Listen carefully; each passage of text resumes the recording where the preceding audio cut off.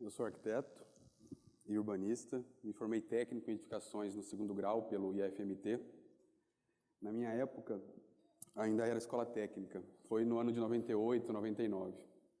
E pelo que eu me lembro, essa foi uma das únicas decisões que eu tomei por conta própria, a área que eu queria atuar. Foi nessa época também que eu decidi me declarar para uma menina, um pouco mais nova do que eu. Eu sei que parece estranho, mas a minha vida se resume numa sequência de acontecimentos não planejados, uma espécie de caos organizado. Então, o vestibular que eu não passei, a viagem que deu errado, um noivado interrompido, tudo isso é que me fez chegar aqui hoje. Fazendo uma releitura, as minhas escolhas foram baseadas em não acontecimentos. O que e como fazer dependiam de coisas que eu planejava e não davam certo. E foi assim, nessa sequência de não acontecimentos, que eu conheci algo que mudaria a minha vida. Uma nova maneira de ver e me ver no mundo, um jeito diferente de estar e de ocupar o planeta. Foi nessa época, nesse período, em que eu decidi, por minha conta, sem planejamento nenhum, apenas decidi viver de um jeito que causasse menos impacto no ambiente. A gente, quando fala em sustentabilidade, a primeira ideia que vem à cabeça é o que será que eu posso fazer para diminuir o impacto que eu causo? E eu estou falando de impacto ambiental mesmo, independente da área de atuação. Construção, se a gente falar em engenharia, produção de alimentos, se a gente falar em agricultura, medicina, se a gente falar em saúde, enfim, tudo tem a ver em reduzir o impacto.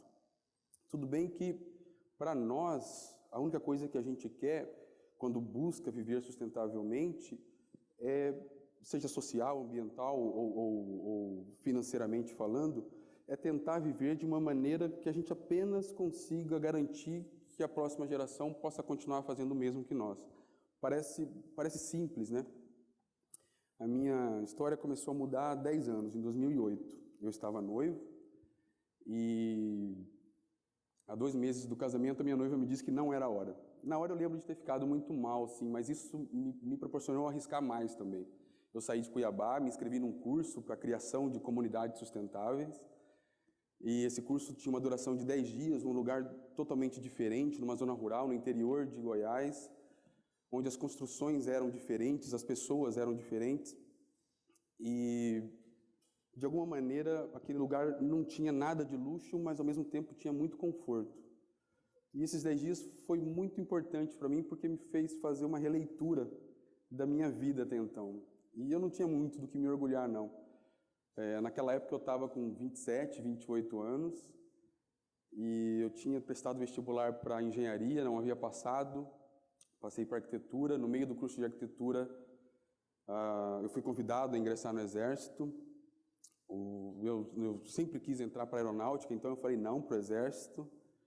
Naquele mesmo período eu tinha o sonho de ter uma casa própria, financiada por 20, 30 anos. Tudo bem que hoje eu acho isso meio estranho, mas de alguma maneira eu tentava me encaixar ali. Mais tarde eu casei, comprei um terreno em Chapada dos Guimarães, junto com a minha esposa, e descobrimos que havíamos caído num golpe. O mesmo terreno tinha 2 ou 3 donos, enfim.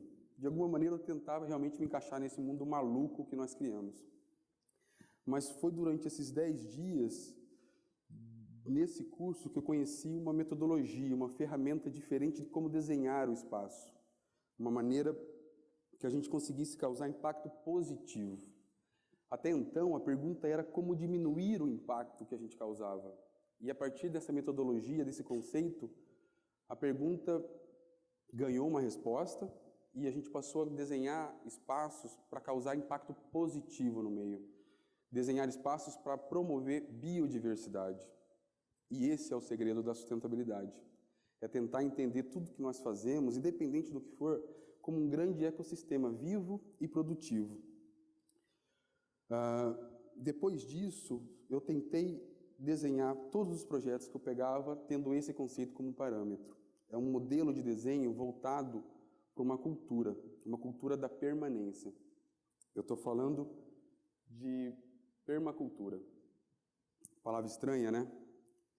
A permacultura ela vem da união de 2 palavras, cultura e permanência. Ela nasceu na década de 70, na Austrália, e ela é fundamentada levando em consideração conhecimentos básicos, como conhecimentos milenares, conhecimentos populares, fazendo uso de recursos que a natureza oferece para a gente, como o solo, a terra, o fruto, a água, o vento, o sol. Tudo isso alinhado aí sim com novas tecnologias. Algumas pessoas chamam isso de serviços ecossistêmicos. Mas a permacultura é mais do que isso. Ela é uma metodologia para a criação de ambientes onde haja conexão com vários elementos inseridos dentro de um sistema. E a sustentabilidade está não na independência desses elementos, mas na conexão que existe entre eles. Quanto mais conexão entre esses elementos, mais inteligente e autônomo é o teu sistema. E isso vale para qualquer coisa que a gente faz. Essas conexões, elas devem ser baseadas sempre utilizando de 3 princípios básicos: cuidado com a terra, cuidado com as pessoas e partilha do excedente. São as 3 premissas básicas para fazer um projeto, ou um design, ou um desenho em permacultura. A permacultura, então, é isso, é essa ferramenta, essa metodologia, alguns chamam até de ciência. E ela mostra como um lugar, qualquer lugar, pode ser produtivo, rentável, mas sustentável também, se respeitarmos os seus 3 princípios básicos: cuidado com a terra, cuidado com as pessoas e partilha do excedente. Bom, a permacultura desde então passou a fazer parte da minha vida, não só como profissão, mas como visão de mundo também. Em 2015, eu decidi ir ao berço da permacultura na Tasmânia, Austrália. A permacultura foi criada lá, como eu disse, na década de 70, por 2 australianos, Bill Mollison e seu aluno na época, David Ogilvy. E a minha ideia era conhecer o lugar onde a permacultura nasceu, mas também me preparar para ser professor de permacultura aqui no Brasil. Então, no dia 19 de fevereiro, eu viajei rumo à Tasmânia. E, para variar, algumas coisas também não deram muito certo. Eu não sei se todo mundo sabe, eu na época não fazia ideia, mas para se entrar em alguns países é necessária a comprovação de vacina contra a febre amarela. Enfim, eu não fazia ideia mesmo de que isso era necessário. Chegando na Austrália, ainda no aeroporto, uma policial me tira da fila, me leva para uma sala de interrogatório e me fala que encontraram uma faca na minha mala. E eu fui interrogado com dezenas de perguntas, com risco de ser deportado, mas nenhuma pergunta foi sobre febre amarela. E foi assim que eu cheguei na Austrália. Agora é engraçado. Mas na época foi difícil. Bom, aconteceram tantas outras coisas ali, mas também que possibilitaram conhecer pessoas incríveis que hoje são grandes amigos. E, bom, chegando na Tasmânia, que é uma ilha australiana, eu fiquei de voluntário em troca de abrigo e comida num centro de permacultura.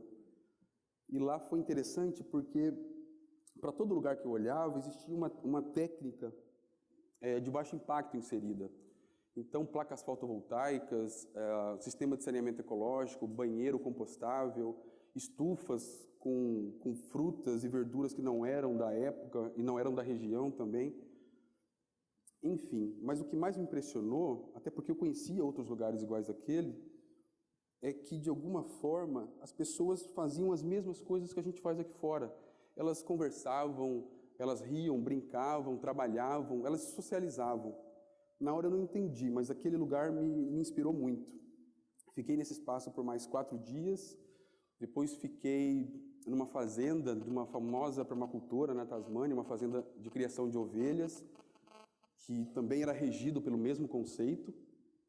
E lá eu pude desfrutar de conforto, segurança, enfim, tudo que nós entendemos como necessidade. Claro que na Austrália a realidade é outra, mas é que às vezes nós pensamos que para ser sustentável é preciso mudar toda uma rotina. E ser sustentável não é isso. Ser sustentável é criar conexão com as coisas, é tentar manter a velha rotina com novos hábitos e, de alguma forma, conectar-se com os elementos que fazem parte do nosso dia a dia. Conectar-se com a família logo cedo, com os produtos que você coloca na mesa no teu café da manhã, com a casa como um lugar que você vive e não só mora. Enfim, nós produzimos resíduos, qualquer animal produz resíduos. Para a gente ter uma ideia, as empresas hoje já estão entendendo que as suas embalagens, sejam elas alumínio, plástico ou isopor, já não fazem mais parte do produto que está sendo vendido. Tudo bem que isso não tem muito a ver com conexão, mas a gente, individualmente, pode e deve conectar-se mais com as coisas. De alguma maneira, a gente precisa fazer com que a nossa rotina nos inspire, todos os dias. Nós acordamos todos os dias tentando melhorar em algo. Então, que tal começar pelo café da manhã? Conversar mais com nossos filhos, colocar comidas mais saudáveis na mesa, se conectar com o que a gente come e com quem está à mesa, se conectar com um momento, se conectar com um lugar. Você poder sair da tua cozinha, ir no teu quintal, buscar o teu tempero ou o teu chá, isso sim é qualidade de vida. O resto somos nós que inventamos. Bom, tudo isso parece muito teórico, né? Eu quero apresentar para vocês uma tecnologia social baseada nos princípios da permacultura. Essa é a bacia de evapotranspiração, muita gente conhece como fossa de bananeira. É um sistema natural para tratamento do esgoto, onde bactérias e consórcio de plantas que gostam de bastante água têm o poder de tratar dejetos do banheiro, do chuveiro, do vaso sanitário, da cozinha, da área de serviço. Esse sistema aqui ele é 100% isolado, então não tem risco de contaminação com lençóis freáticos ou com o solo. É um ecossistema fechado dentro de uma caixa.